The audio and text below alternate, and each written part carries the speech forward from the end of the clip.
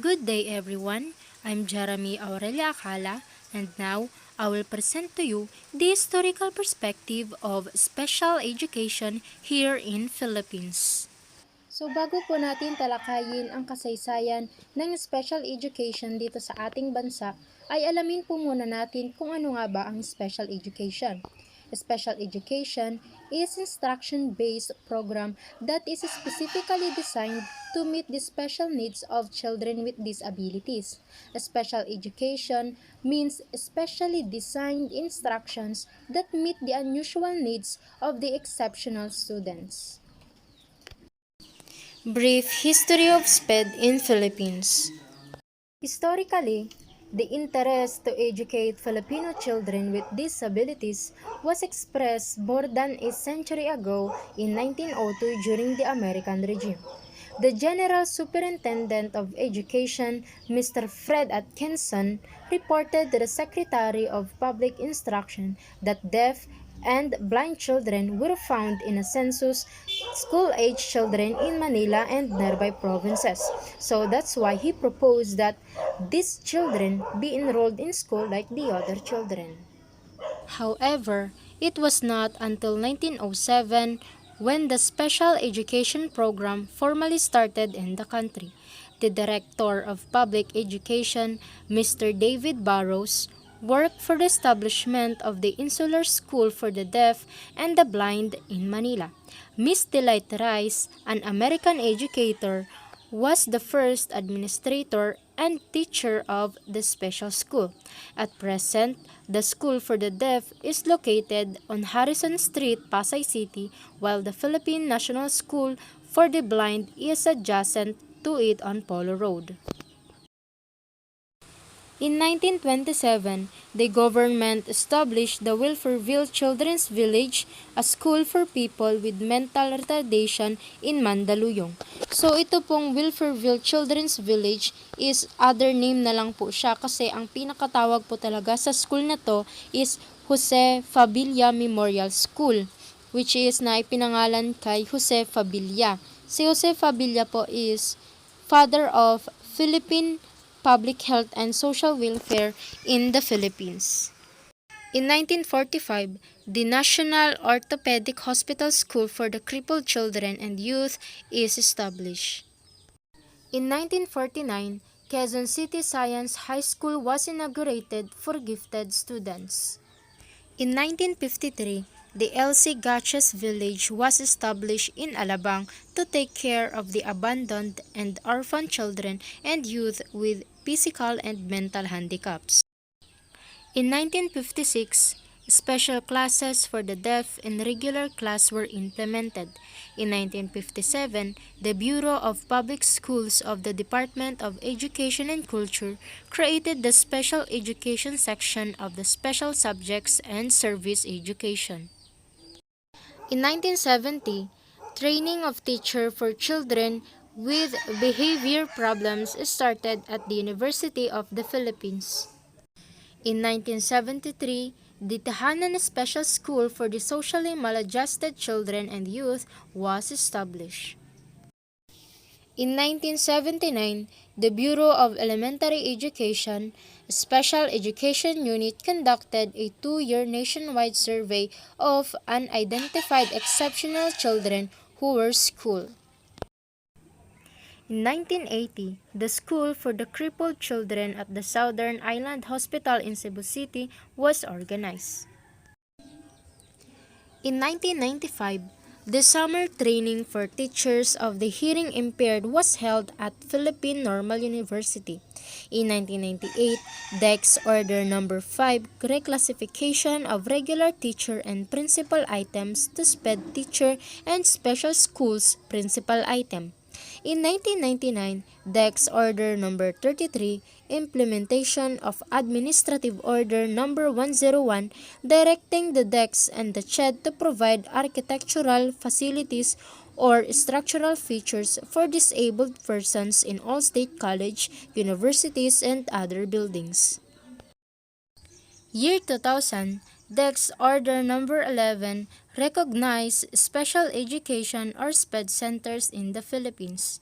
In 2007, a Special Education Act of 2007 identifies 10 groups of children with special needs. In 2009, DepEd issued Braille textbooks to help especially visually impaired children. So ano po ba yung 10 groups of children with special needs na tinutukoy doon sa Special Education Act of 2007 na nabanggit ko po kanina? So ito po yung 10 yon. Gifted children and fast learners, mentally handicapped or mentally retarded, visually impaired, hearing impaired, children with behavior problems, orthopedically handicapped, children with special health problems, children with learning disabilities, speech impaired, and persons with autism. So, ito pong 10 nabanggit ko is alam ko pong familiar na po ito sa atin. Year 2010, Special Education Act of 2010, an act establishing at least one special education center for each school division and at least 3 special education centers in big school divisions for children with special needs, guidelines for government financial assistance and other incentives and support.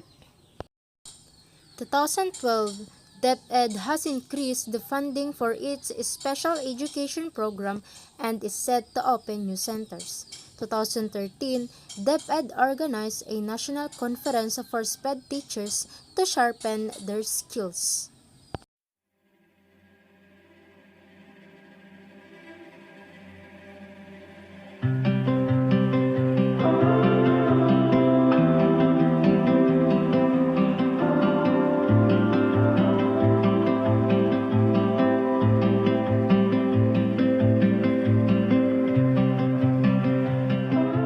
For her inspiring passion to help children with speech and visual handicap, Miss Delia Delight Rice, a daughter of deaf parents and teacher for the deaf, established the Philippine School for the Deaf and Blind, the country's first institution for the handicapped, in 1907. Hi, my name is Karen Doris G. Samson. So I'm a master teacher too here at Philippine School for the Deaf.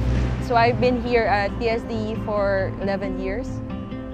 These are individuals who have different abilities, different capabilities, so unique in their own ways. So we have to understand them, okay? Especially the way we treat them. We should treat them based on what their personality. By virtue of Republic Act 3562, Instruction for the Blind officially transferred to the Philippine National School for the Blind after its establishment. Since this development, the Philippine School for the Deaf has been focusing on the educational needs of the hearing impaired.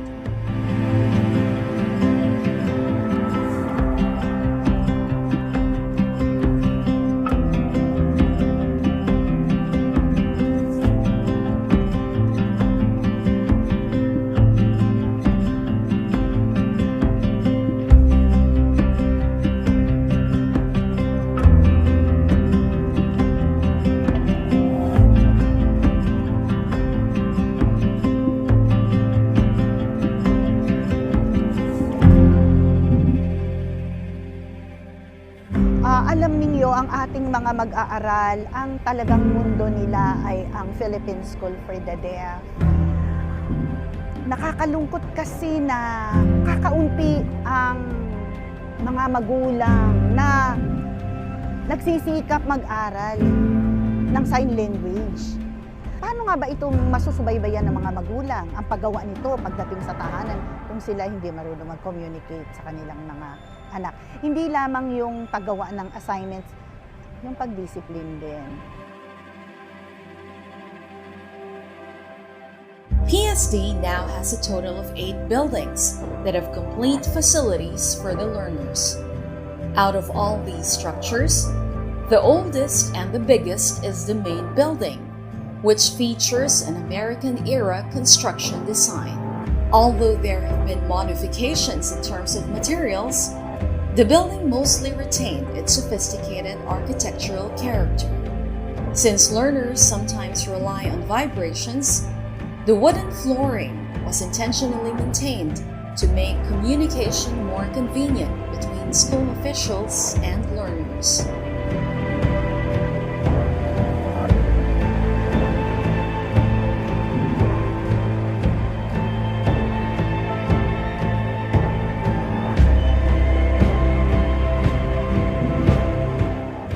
PSD prides itself with a highly professional team of SPED teachers who passionately and tirelessly share their knowledge to students with special needs.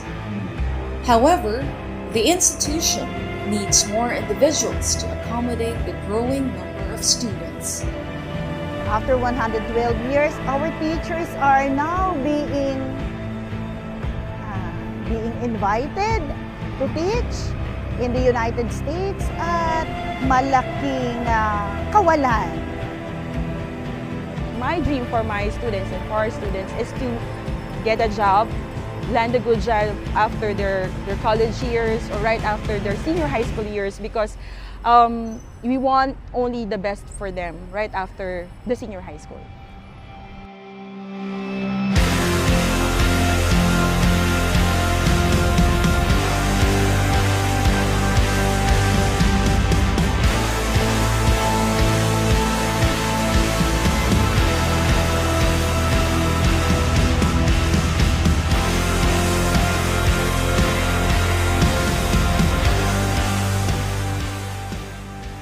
Formal education for the deaf has been improving steadily in the Philippines since PSD's establishment.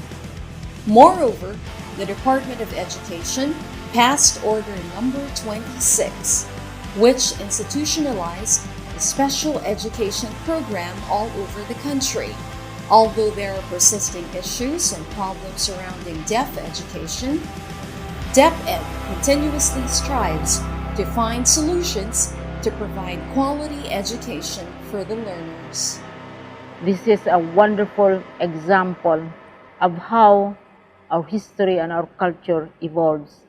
I therefore call on all of us to support this worthwhile project. Thank you very much.